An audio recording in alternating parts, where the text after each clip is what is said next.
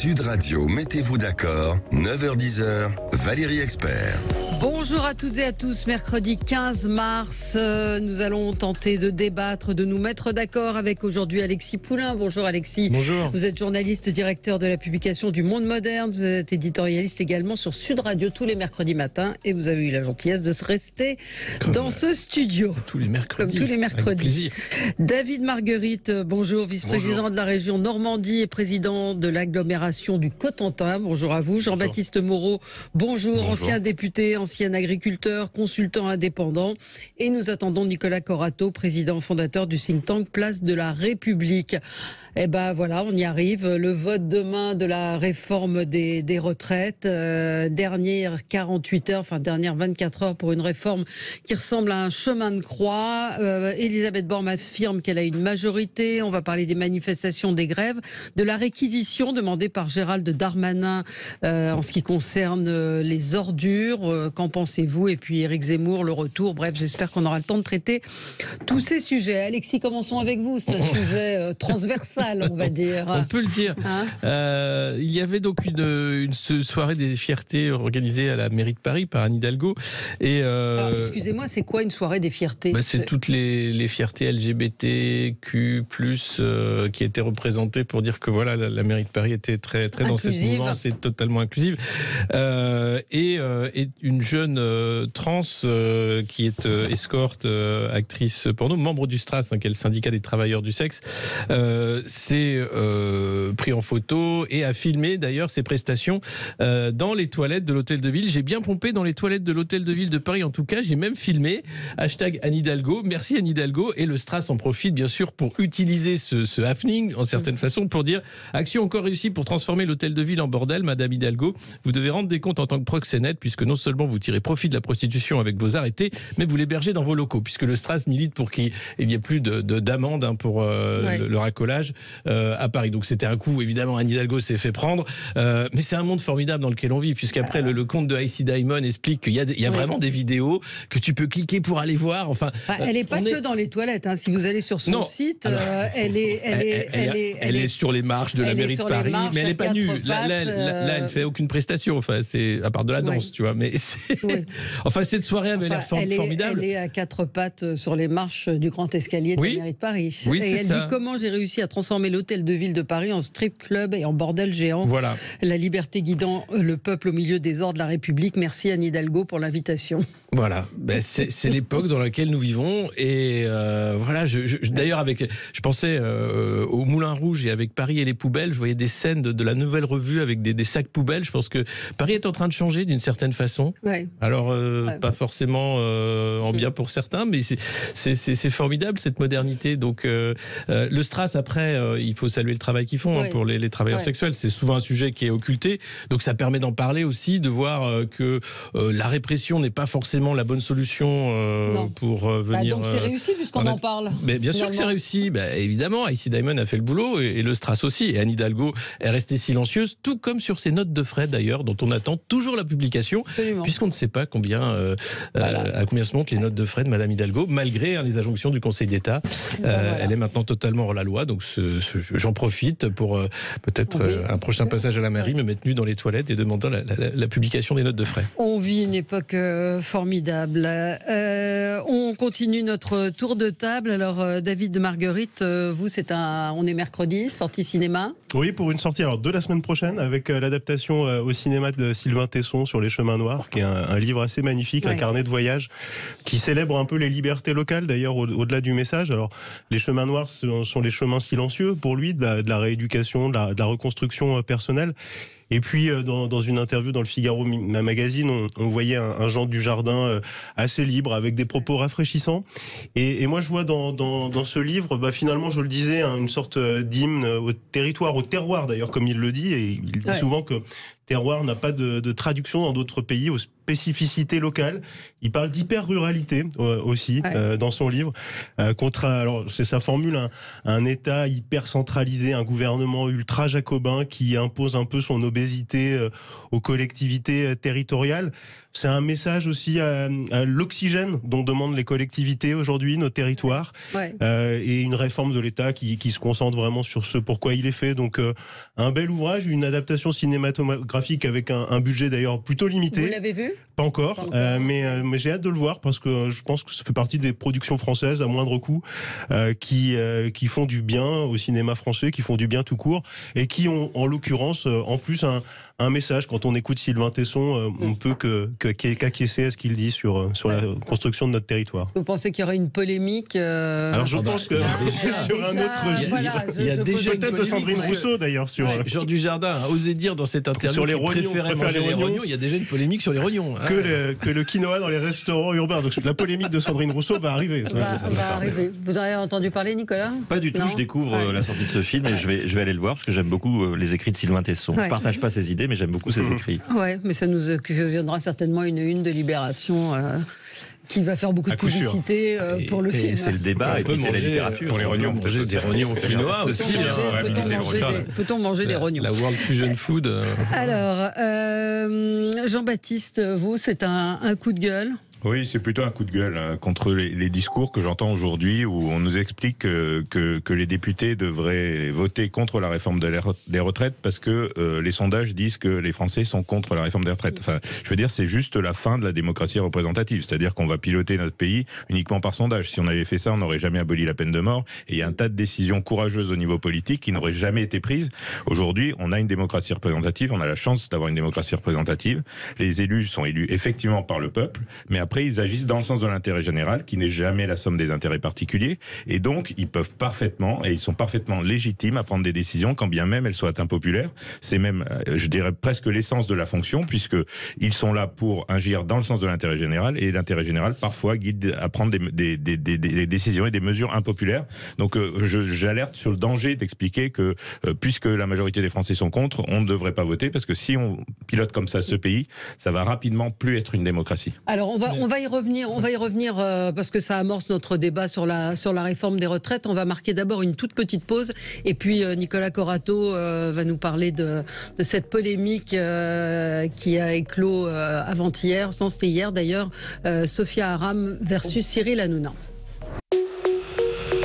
Sud Radio, mettez-vous d'accord, 9h-10h, Valérie Expert. Alors on va évidemment revenir sur la grève d'aujourd'hui, sur la réforme des retraites, sur le vote de demain, mais tout d'abord Nicolas Corato, votre coup de, ni coup de gueule, ni coup de cœur, mais coup de projecteur, plutôt coup de gueule quand même. Non, mais c'est pratiquement un projet que je lance à l'antenne. Je pense qu'il faudrait qu'on monte une cagnotte Litchi pour payer des cours de droit à Cyril Hanouna. Et je propose peut-être que Sud Radio s'associe à cette démarche. Pour reprendre à la maternelle, je sais que vous avez de très bons rapports avec lui. Le sujet est le suivant. Il y a un débat entre une animatrice humoriste sur France Inter qui s'appelle Sophia Aram, qui met en cause la manière dont Cyril Hanouna gère ces sujets, notamment sur tout ce qui est délire, complotiste, etc. Bon, je reviens pas sur le fond du débat. Elle critique ouvertement son émission, ce qu'elle a le droit de faire, et on a le droit d'ailleurs de trouver sa critique bonne ou mauvaise, c'est pas le sujet. Cyril Hanouna prend l'antenne hier et pour répondre pour répondre à cet humoriste, au lieu d'aller sur le fond, sur les arguments, on imagine que il est très à l'aise sur le fond et sur les arguments, il cite simplement le fait que la mère de Sophia Aram aurait été, moi je dis, lui ne met pas le conditionnel, mais moi je le mets, aurait été condamné à une peine pour je ne sais quoi, avoir escroqué des migrants. J'ai pas vérifié l'information, je ne sais pas si lui l'avait fait, mais peu importe. Le sujet n'est pas de savoir si c'est vrai, si c'est pas vrai. Le sujet n'est pas de savoir si le débat est bien posé ou pas bien posé. Le sujet, c'est un sujet de droit. En France, et ce depuis la Révolution française, on n'est pas responsable des faits et gestes de ses parents, des crimes ni délits de ses parents. Et on n'a pas à les exposer dans la société pour disqualifier les uns ou les autres. C'est un principe d'état de droit. Je sais que Cyril Hanouna a un problème avec la notion d'état de droit, mais je pense qu'il faudrait lui rappeler, c'est un principe majeur d'état de droit. Deuxième principe d'état de droit, qui est important, quand on a été sanctionné à purger une peine et qu'on l'a purgée, on est réhabilité socialement, que ça vous plaise ou non, ou que ça plaise ou non aux uns et aux autres. Et on a le droit d'avoir fauté, d'avoir été sanctionné, d'avoir purgé sa peine, et qu'on vous oublie socialement parce que vous avez fait le tour de la justice. Je pense que ces deux principes-là auraient dû faire comprendre à Cyril Hanouna ou à ceux qui le conseillent, je ne sais pas s'il est encore conseillé, que sa sortie était pour le moins maladroite, voire même très dangereuse par rapport à des millions de jeunes qui l'écoutent et qui pensent effectivement qu'aujourd'hui, parce que votre père a fauté, vous seriez vous-même un coupable ou un responsable. Il faut qu'on arrête cette escalade. Je vous propose d'écouter une partie de ce qu'a dit Sophia Aram et la réponse de Cyril Hanouna. C'est d'ailleurs un peu le problème, hein. Quand on attend d'un décérébré qu'il régule un autre décérébré, c'est un peu comme nettoyer du vomi avec du vomi. Ça marche moyen moins.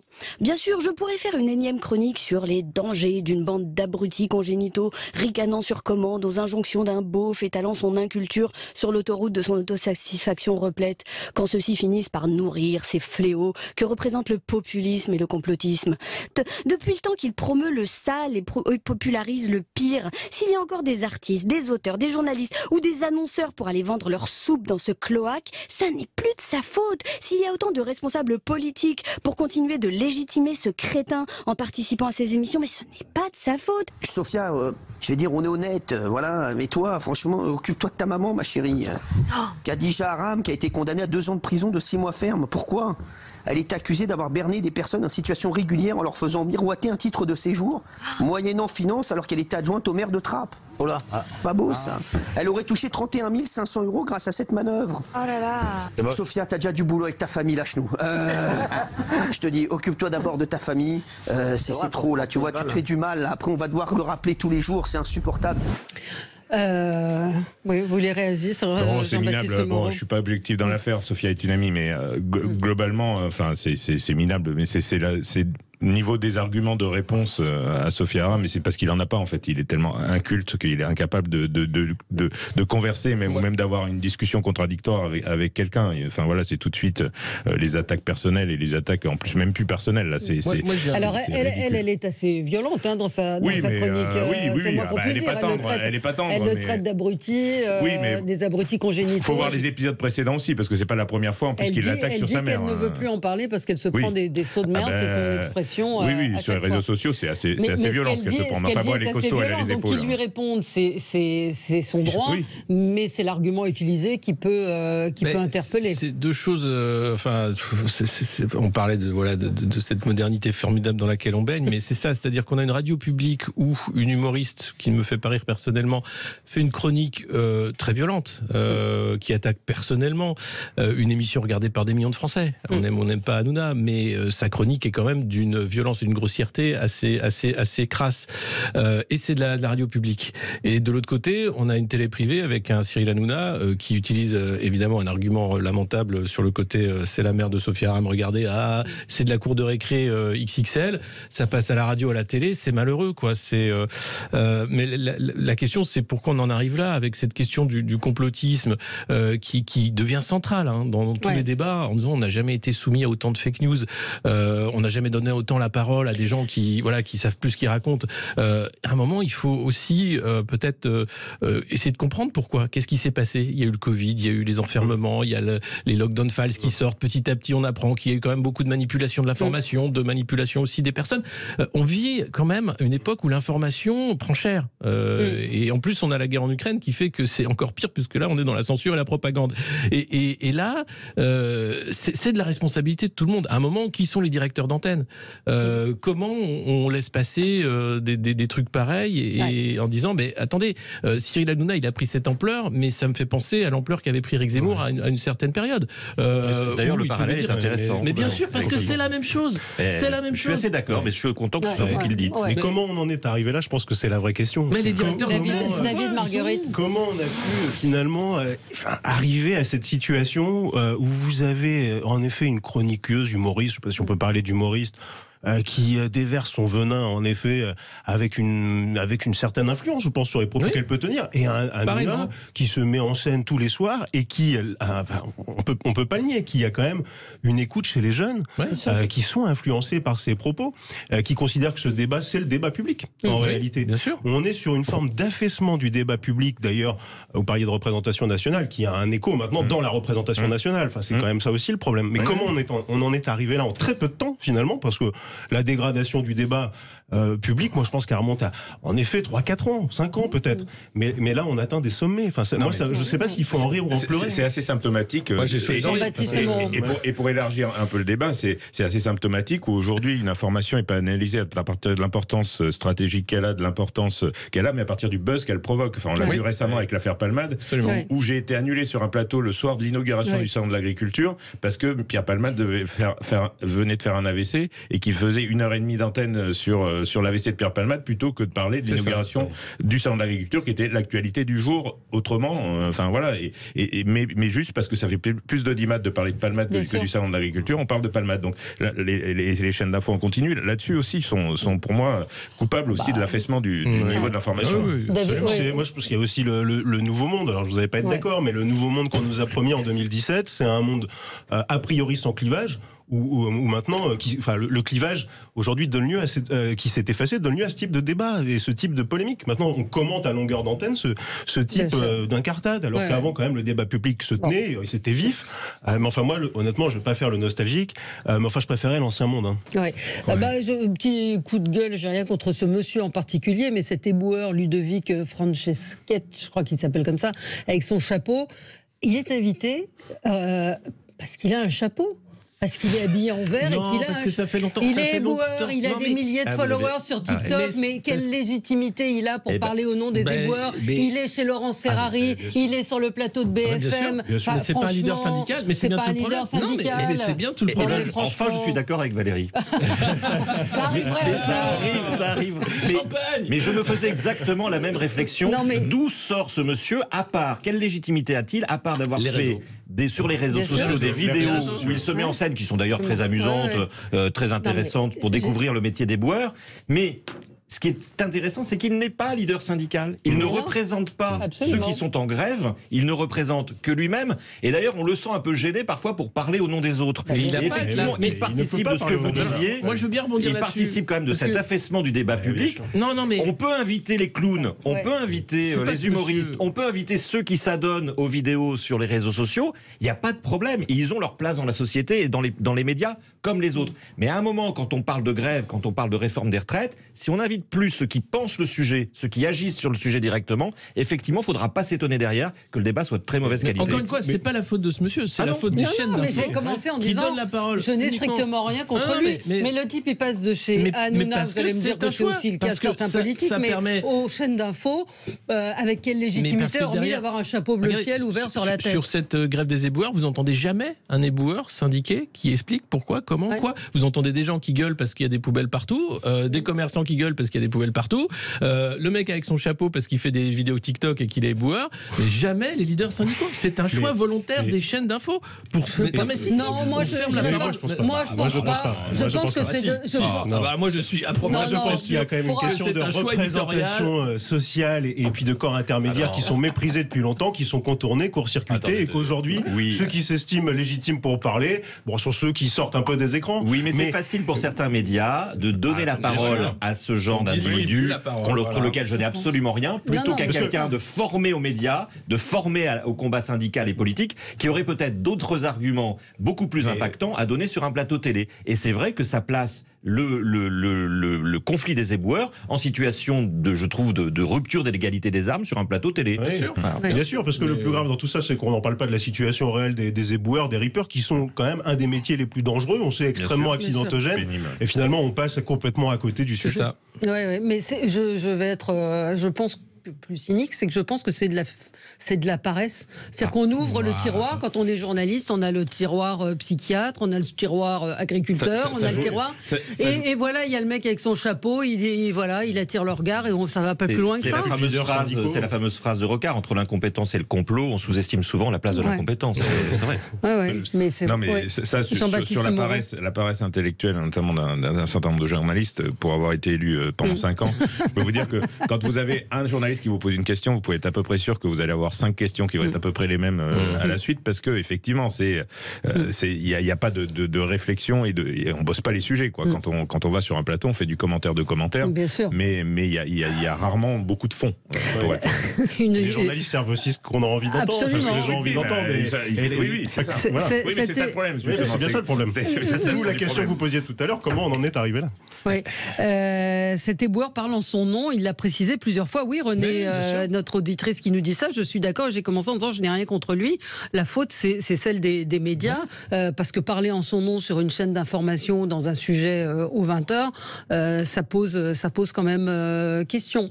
On se retrouve dans un instant et on va parler de ces dernières 24 heures avant le vote. À tout de suite. Alors, réforme des retraites, la loi demain repasse à l'Assemblée nationale. On va continuer dans la veine de votre coup de cœur ou coup de gueule, Jean-Baptiste Moreau, à savoir est-ce que les députés doivent voter en leur âme et conscience? Est-ce qu'ils doivent voter parce que vous disiez ils sont là parce qu'ils ont été élus pour un camp, par un camp, enfin ou au nom d'un parti.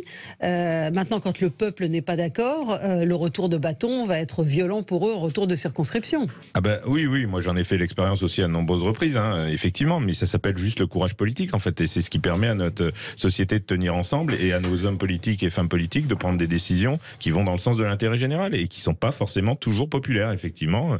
Des fois on se fait secouer, quand on est député, mais après si on a il faut avoir les arguments, il faut voter en son âme et conscience, bien sûr, il faut pas voter des choses si on n'est pas convaincu que ça va dans le sens de l'intérêt général. Ça j'ai pas dit ça, attention.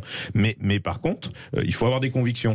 Ça améliorerait grandement la vie politique de notre pays aujourd'hui si les gens défendaient vraiment leurs convictions et ne se déterminaient pas uniquement en fonction du potentiel électoral et de l'évolution de leur future carrière par rapport au score aux futures élections. Quoi. Mais moi, je pense que le courage politique n'exclut pas d'écouter aussi son territoire. Et moi, je suis issu d'une circonscription à la fois urbaine, populaire et très rurale. L'agglomération du Cotentin est très rurale. Moi, ce que je constate sur le terrain, c'est que, je le disais sur cette antenne il y a quelques jours, il y a des militants de droite qui manifestent. Moi, ça m'interpelle, parce que ça veut dire quelque chose, quelque part. Ça veut dire que, finalement, il y a une réaction qui va aussi au-delà de la réforme en tant que telle, qui est une forme de réaction à un mépris, j'allais dire presque un mépris d'État. Je pense que, pourquoi finalement ça fonctionne pas? Parce que cette réforme, moi j'ai écouté Charles de Courson hier, qui est un député centriste, dont personne ne peut nier la qualité des interventions. Il expliquait à juste titre que finalement cette réforme, pour quelques milliards, va pas changer grand-chose. Et les Français, ils sont pas dupes. Ils savent très bien que dans 5 ans, on va revenir vers eux et on va leur dire c'est encore 2 ans de plus. Et ça, on n'en peut plus en réalité. Je pense que moi, ce qu'il fallait faire, je suis républicain, mais moi, je voterais pas, si j'étais député, je ne voterais pas cette réforme. Je voterais pas cette réforme parce que d'une part, elle est injuste, d'autre part, on sait qu'elle ne suffira pas, et que par ailleurs, je pense que le courage politique aurait été de proposer une vraie réforme de système avec peut-être une réforme à point, de poser la question, parce qu'elle peut pas être tabou, cette question d'une capitalisation organisée qui renforcerait les entreprises françaises, un peu comme ça existe d'ailleurs dans la fonction publique avec la Préfond. Une question aussi de se dire, il y a 42 régimes de retraite dans le pays, comme le rappelait Charles de Courson. L'âge légal, peut-être que c'est dépassé. Peut-être qu'il faut se poser la question des annuités, la question du travail des seniors, parce que une réforme des retraites avec un taux d'emploi des seniors qui est aussi faible dans le pays, ça n'a pas de sens. Et donc moi, je crois aujourd'hui que la colère qui s'exprime est en train de se transformer en une forme de désespoir. Et ça, c'est extrêmement dangereux. Donc ce qui se passera demain, malheureusement, est assez décisif. Si le gouvernement, ce que j'ai tendance à croire, passe par le 49.3, je pense que la situation peut devenir vraiment explosive. Et c'est extrêmement dangereux. Aujourd'hui, ce qui se passe, moi je comprends aujourd'hui un député qui se dit je vote en mon âme et conscience, en effet, j'écoute le terrain, mais je ne peux pas prendre non plus une responsabilité qui consisterait à dire la réforme va se jouer à quelques voix près, je vais revenir dans ma circonscription et on va dire mais t'as voté ça. Et moi je crois qu'on ne peut pas voter ça en l'état, clairement. Il y a plusieurs sujets. En fait, vous posez la question aussi au-delà du courage, de la légitimité, qui est dans le débat. Est-ce que ce gouvernement est légitime? Oui, il l'est. Est-ce que le président de la République est légitime? Oui, il l'est. Mais il est légitime politiquement, démocratiquement. Après, le problème, c'est que cette réforme, elle ne trouve pas sa légitimité sociale. Le corps social qui s'exprime, alors avec ses moyens, avec ses limites, mais on voit bien que le corps social, pour tout observateur, pour tout élu que vous êtes ou que vous avez été, le corps social dit quelque chose aujourd'hui qui est assez clair, qui est assez franc et qui est constant.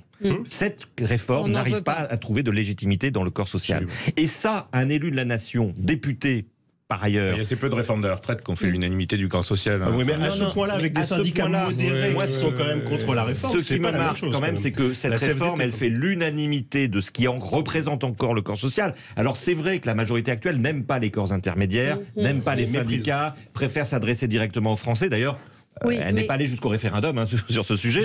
Mais quand même, le corps social, même si on voulait être subjectif, même si on voulait être maladroit, ou même si on voulait être de mauvaise foi, on est obligé de reconnaître qu'aujourd'hui, il y a une majorité silencieuse ou pas, qui se porte contre cette réforme. Non mais même, quitte à dire que les gens qui manifestent sont minoritaires dans la rue, que c'est pas si important, qu'il n'y a pas tant de grévistes que ça, il y a quand même, on le sent, une majorité du corps social qui s'oppose à cette réforme et les députés de la nation doivent en tenir compte. C'est un minimum. Tenir compte de l'intérêt général aussi. Oui, mais c'est bien là. Le point clé, c'est l'intérêt général. Et le problème, quand on a affaire à une assemblée de lobbyistes, c'est est-ce qu'ils représentent l'intérêt général quand ils sont actionnaires de Total, c'est ce que disait Adrien Clouet à la tribune, en disant mais vous êtes tous actionnaires, il me semble, à hauteur de plusieurs milliers d'euros d'actions. Est-ce que vous représentez là l'intérêt général? Non, quand Monsieur Haddad a été lobbyiste pour l'Atlantic Council pendant des années, est-ce qu'il représente les intérêts français ou américains?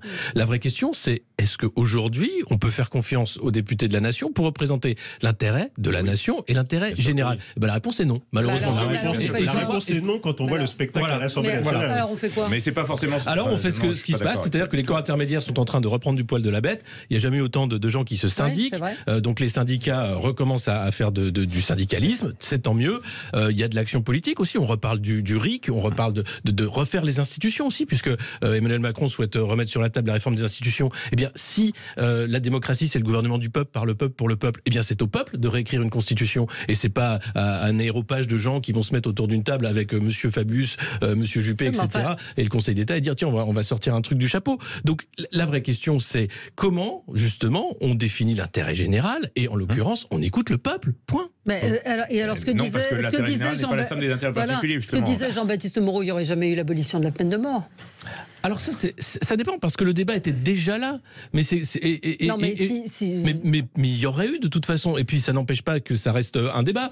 Alors c'est dans la loi, et heureusement, mais Hanouna, on en parlait, passe son temps à revenir sur si on remettait la peine de mort pour les crimes pédocriminels, etc.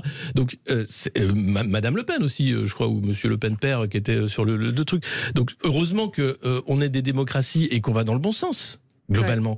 Donc il y a un intérêt général, mais comme sur cette loi sur la fin de vie, qui va aller aussi dans le bon sens pour les souffrances de fin de vie. Mais la vraie question, je pense que c'est qu'on a quand même un corps intermédiaire, je le disais tout à l'heure, qui est court-circuité complètement. Je pense qu'il se sent méprisé et qu'il a raison de se sentir méprisé. Honnêtement, on peut en effet comparer à d'autres réformes des retraites, mais c'est quand même la première fois que vous avez les syndicats réformistes modérés qui sont dans la rue, avec une intersyndicale qui est extrêmement soudée. Parce que je pense que la question... Il y avait à peu près tout le monde dans la rue aussi. Je crois que là, on est quand même sur des proportions qui n'ont rien à voir. Et je pense aussi que la vraie question, parce qu'un vrai débat, ce serait aussi de se dire, est-ce qu'un projet de société peut consister toujours à expliquer aux Français qu'on va repousser de 2 ans l'âge de la retraite? Je crois que c'est aussi ça la question. Alors, le courage politique, c'est peut-être, pour le coup, de se dire, oui, peut-être qu'il faudra travailler autrement, plus longtemps dans la semaine, je sais pas, il y a des vraies questions, mais pas forcément en se disant que le coup près, c'est 64 ans. Parce que moi, je suis assez partisan d'un système à la carte, d'un système la réforme par points qu'on avait moi, je pense que la réforme par points était une bonne réforme. Oui, je pense que et en tout cas, une réforme qui posait des vraies questions, une vraie question de société, qui évite de se dire on va se prendre pour quelques milliards d'économies 3-4 mois de blocage, on y est déjà. Et on y reviendra dans 3-4 ans en disant de toute manière le compte n'y est pas. Mais bien sûr. Ce qui est intéressant dans ce mouvement, c'est que c'est pas un mouvement politique. C'est un mouvement social. Et ça fait longtemps qu'on n'a pas connu un vrai mouvement social. D'ailleurs, toutes les tentatives de récupération, y compris par Jean-Luc Mélenchon, ont échoué. Ce qui marque aussi une forme de défiance qui interroge, voire qui inquiète, de ces corps intermédiaires des syndicats, y compris par rapport aux représentants politiques, qui sont de leur camp désigné, la gauche pour ne pas dire autre chose. Et donc, effectivement, on assiste à un mouvement social avec derrière quand même une responsabilité politique de ceux qui gouvernent. C'est qu'est-ce qu'on fait de ce mouvement social ? Est-ce qu'on continue à l'ignorer ? Et est-ce qu'on continue à laisser les syndicats seuls responsables et gestionnaires de ce mouvement ? Avec les alertes qu'ils ne cessent de lancer, M. Martinez comme M. Berger, sur le fait qu'ils ne tiendront pas indéfiniment leurs troupes si le gouvernement s'entête. Et donc, moi j'ai l'impression qu'on vit un peu dans deux mondes parallèles. Il y a un petit monde qui s'agite dans les couloirs de l'Assemblée nationale et du Sénat pour obtenir une majorité, et il y a des syndicats qui travaillent leur mouvement social. Entre les deux, il n'y a plus aucune passerelle, et il n'y a plus aucun dialogue. Et quelque chose qui a fait du mal, je pense que c'est le non-cumul des mandats, mine de rien, d'avoir des députés qui ne sont plus ancrés dans les territoires. Ça fait qu'on a vraiment mis une rupture phénoménale entre la population et les députés. J'étais pas maire, mais j'étais agriculteur et député. Je pense que j'étais aussi enraciné localement que si j'avais été maire et député. Enfin, je veux dire, ça a été une fausse excuse. Je suis pas d'accord. Mais qu'il y ait un problème de déconnexion, c'est possible. Mais que ce soit le cumul des mandats qui forcément résolve ça, je suis pas persuadé. Je dis pas que ça résout. Je dis que là, on est arrivé à une telle rupture, c'est dingue. Enfin, on voit très bien qu'il y a deux mondes. D'un côté, des gens qui sont là à faire des petits coups, avec Bruno Le Maire qui est là à dire tiens, je te fais un cadeau si tu votes ça. Non, mais je reprends des gens qui sont là à dire tout à l'heure par rapport au peuple et la foule. Enfin, je reprends la citation de Victor Hugo. Souvent, la foule trahit le peuple parce que on peut pas se baser pour prendre des décisions politiques uniquement sur des sondages et sur voilà parce que ça finit systématiquement en dictature. Regardez le nucléaire, parce que la manipulation des foules, il n'y a rien de plus facile. Regardez le revirement sur le nucléaire, c'était de la démagogie. Je voudrais qu'on parle. C'était du lobbying justement, mais parce que le lobbying, on en parle toujours d'un côté, mais jamais de l'autre. C'est ça qui m'amuse. Donc le spectacle n'est quand même pas très glorieux sur les pressions qui sont exercées aujourd'hui sur les députés.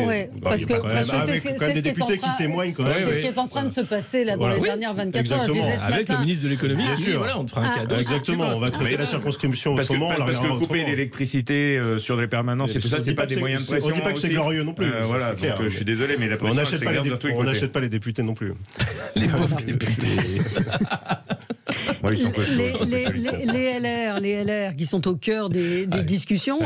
Je disais ce matin un éditorial qui exprimait cette idée selon laquelle Emmanuel Macron avait tout fait pour dynamiter les LR et là il a besoin d'eux. Donc, il a besoin d'eux, mais enfin on ne peut pas dire que depuis quelques jours les signes qui se multiplient à l'égard des LR soient non plus de nature à apaiser le débat. Je pense à Éric Dupond-Moretti par exemple, mais pas que. Je pense que, je le disais tout de suite, la méthode qui consiste à appeler des parlementaires en circonscription pour leur dire que leur circonscription sera regardée autrement s'ils votent pour, c'est pas nouveau. Ouais, ça a toujours existé. C'est pas nouveau, mais enfin, on peut quand même constater que c'est pas glorieux et qu'il y a je m'en réjouis des députés républicains qui disent aujourd'hui ça suffit, je ne suis pas. Non, mais surtout les LR ils sont pas avant, mais ils ont défendu il y a 6 mois exactement la même réforme. Non, parce que moi je vais vous dire là-dessus parce que c'est un vrai sujet, parce qu'on dit toujours il faut être cohérent, etc. Mais la cohérence, excusez-moi, mais c'est pas de dire que j'ai dit quelque chose il y a 15 ans et je dois le reprendre aujourd'hui. Il n'y a pas 15 ans. Sans parler d'il y a 15 mois, on peut aussi considérer qu'on peut apporter des idées nouvelles dans le débat. Et on peut aussi considérer, je suis lucide sur ma famille politique, qu'elle n'est pas en très bonne forme aujourd'hui parce qu'elle est un peu déconnectée de l'opinion publique et que peut-être il est temps de s'interroger sur le pourquoi. Et le pourquoi, à mon avis, ça fait partie des raisons, à mon avis, c'est que la droite est trop gestionnaire. Et aujourd'hui, une droite qui réussira, c'est une droite davantage populaire, une droite qui si on va dans votre sens, à ce moment-là, Jean-Luc Mélenchon sera à 70% aujourd'hui, puisqu'il répond exactement aux attentes des manifestants. Mais je dis pas de répondre aux attentes des manifestants, parce que je ne pense pas que les manifestants aujourd'hui expliquent qu'ils veulent une retraite à points, une dose de capitalisation organisée, encadrée, encore une fois, et puis peut-être négociée avec les partenaires sociaux. Je vous dis simplement que la question des LR aujourd'hui, c'est certainement pas la béquille du macronisme, mais au-delà de l'opportunité et au-delà de l'opportunité politique et de la stratégie, c'est d'avoir un vrai projet de société qui ne soit pas un projet qui va simplement dire je repousse d'un an ou 2 ans, parce que ce n'est pas. Oui, mais je crois qu'il faut y croire encore. Et je crois que précisément un parti qui va dire je repousse l'âge de la retraite de 2 ans passe un peu à côté du sujet. Je le disais tout à l'heure, j'expliquais pourquoi. Et la question de la cohérence n'exclut pas aussi un peu de souplesse et d'adaptation de ses idées en fonction du contexte. Enfin, moi je trouve que les Républicains sont pris en tenaille et ça depuis longtemps. 88 députés du Rassemblement National, les LR ont perdu la droite populaire. Et ça va pas se récupérer. Et peu importe Éric Ciotti et l'hypothèse Wauquiez, et en votant la réforme certainement pas. Et de l'autre côté, vous avez le macronisme avec les sirènes du centre droit qui appellent en disant c'est fini les LR, c'est fini. Mais desserrer les taux, justement, c'est d'avoir des idées originales. Je sais pas comment vous allez vous en sortir. Avoir des idées nouvelles. Alors, moi je suis pas aussi pessimiste que vous sur l'avenir des LR. C'est un teasing, Nicolas Corato. J'y suis toujours. L'avenir des LR, ce sera tout de suite après la pub, 9h44. Sud Radio, mettez-vous d'accord, 9h-10h, Valérie Expert. Avec Alexis Poulain, Jean-Baptiste Moreau, David Marguerite et Nicolas Corato. Jean-Baptiste Moreau qui est à Guéret. Vous serez à Guéret, Alexis Poulain, Absolument. avec votre spectacle. Mardi prochain, le 21, ouais. Voilà, L'homme qui tue Muammar Kadhafi. On sera donc à la Guéretoise de spectacle à 20h30. C'est un spectacle documentaire sur l'intervention française en Libye et la campagne de 2007 aussi de Nicolas Sarkozy. Voilà, petite page promo. Alors, revenons à nos LR. Nicolas Corato, vous dites que vous êtes optimiste. Oui, c'est quand même pas juste un mot pour les Français. C'est ce qui est en train de se passer est complètement lunaire quand même. Oui, c'est lunaire. Puis je pense que ça les intéresse plutôt moins que beaucoup. Pas du tout. Et on peut le comprendre. Après, on peut être optimiste pour les LR parce que on a du mal à être de plus en plus pessimiste. Je veux dire, vraiment, on peut a pas touché le fond, c'est ça. Mais pour être sérieux une seconde, on peut être aussi optimiste parce qu'il y a des moments dans l'histoire d'un parti où on clarifie des choses et où les circonstances s'imposent. Et que cette clarification sur le vote des retraites demain, elle peut avoir des conséquences pour ce parti qui peuvent être à très long terme, absolument. Vous le disiez, sur le clivage entre la droite populaire et la droite gestionnaire. Effectivement, demain, on voit ces deux clivages s'affronter. Il y a ceux qui vont vouloir entendre ce que leur dit leur population et qui vont plutôt voter contre la réforme, et puis ceux qui veulent être absolument responsables, irréprochables, exemplaires par rapport à une certaine orthodoxie budgétaire et qui vont voter pour. Ça, dans l'histoire d'un parti, ça fait date. Ça fait date et on peut construire aussi quelque chose dessus. Il ne faut pas que la difficulté, c'est que populiste, parce que sinon elle va disparaître. Elle va je n'ai pas dit populiste, j'ai dit populaire. On a le droit d'être populaire sans être populiste. Mais la frontière est parfois ténue. Moi, j'ai confiance dans le peuple. Vous savez, c'est une vieille tradition républicaine. Moi aussi. Et moi, je vous exprime lors des élections, c'est important. Donc concrètement, ce qui se passe demain, je pense, peut être très important pour le parti et pour l'avenir du parti. Et pour la refondation du parti. Ça, c'est sûr, ça, c'est évident. Entre autres, moi, je le disais, je suis républicain, j'ai toujours été fidèle à ma famille, et je crois qu'on lâche pas sa famille quand elle est en difficulté. Je crois que l'avenir de la droite, ce sera ni une droite gestionnaire, je le disais tout à l'heure, qui fait un peu programme parfait, ou en cochant toutes les cases, mais qui est une droite qui, en effet, se déconnecte, ni une droite outrancière. Je crois, en effet, à une droite populaire qui, quand on dit populaire, c'est pas nécessairement la dérive populiste. C'est qui pour vous le candidat de la droite populaire? Clairement, je suis proche de Laurent Wauquiez, je considère qu'il il est où aujourd'hui, Laurent Wauquiez? Non, mais il est où? On l'a entendu sur les retraites. Laurent Wauquiez, aujourd'hui, je pense qu'il a raison de ne pas mêler sa voix une voix de plus. Et je pense qu'il est dans une stratégie aussi un peu de recul. Je pense qu'il a raison. Je pense que l'immersion, le contact... C'est pas du bois. Et puis j'allais vous dire, il y a du temps avant la prochaine élection présidentielle. Mais il ne faut pas qu'il recule trop quand même. Il y a du temps, mais je crois beaucoup... Mais vous voulez des rames, des avirons? Je crois beaucoup en sa capacité, si vous voulez, à incarner la France dans sa complexité et sa diversité. Et je crois que mêler sa parole aujourd'hui à cacophonie ambiante... Il veut être président de la République, donc normalement on doit l'entendre. Il s'exprime régulièrement. Il prend beaucoup d'hauteur. Chacun reconnaît que c'est un excellent président de région. Et je crois qu'en effet, pour être président de la République, il faut prendre de la hauteur. Et je crois aussi que pour la droite, de façon générale, au-delà de la question des personnes, je crois qu'en effet, le temps va venir de se dire que ce qu'on répète depuis 15 ans, ça fonctionne pas. Alors je suis un peu plus nuancé que vous sur ce que vont faire les députés républicains demain. Je pense que c'est plutôt leur capacité à proposer, par exemple, une contre-réforme aujourd'hui qui aurait permis de desserrer l'étau dont on parlait entre le macronisme et en effet une partie de la droite populaire, et je le regrette, qui a été captée par Marine Le Pen. Et c'est quand même ça le vrai sujet de la droite. Aujourd'hui, c'est l'espace politique qu'il faut recréer. Mais je pense que quelles que soient les opinions qu'on peut avoir ici, je pense que le pays a besoin de la droite. Et je pense que le pays a besoin de quelle droite? Une droite qui est mais diverse. vous pensez pas que les électeurs vont en vouloir beaucoup au LR d'avoir voté s'ils votent demain cette... Ça, j'en suis convaincu. Donc l'avenir lumineux je pense que la droite doit se sortir aussi en ce moment du fait de se dire je dois être responsable, je dois voter ce texte. Être responsable, c'est aussi d'être capable de proposer des idées nouvelles, et je le disais, une contre-réforme qui ne serait pas la réforme attendue aujourd'hui dans la rue, mais qui serait une réforme sérieuse, mais une réforme qui repose sur un autre projet de société qui n'aura pas que celui de dire on doit tous être sur la même toise, et c'est 64 ans pour faire. Ça fait 2 ans qu'il y a des concertations, enfin il y a un moment, c'est tard. Mais juste un point, parce que dans votre développement, ce qui m'intéresse, c'est que vous jugez donc que le projet qui sort du Sénat, qui est quand même qui a été amélioré, qui est un sujet de majorité de droite, qui n'est pas suffisamment abouti. Non, je pense que c'est un projet que vous aviez la possibilité de le faire vôtre. Il a été amendé en partie, et notamment sur le travail des seniors dont on parlait tout à l'heure. Il n'a pas été suffisamment amendé, tout simplement parce que on part d'un projet qui, à mon sens, n'est pas le bon projet. Donc, quand on amende, on reste sur un projet de base. Je pense que si... Et grosso modo, le projet du Sénat est porté par la droite. Oui, mais Sénat je pense que... Je reviens sur ce que j'ai dit tout à l'heure.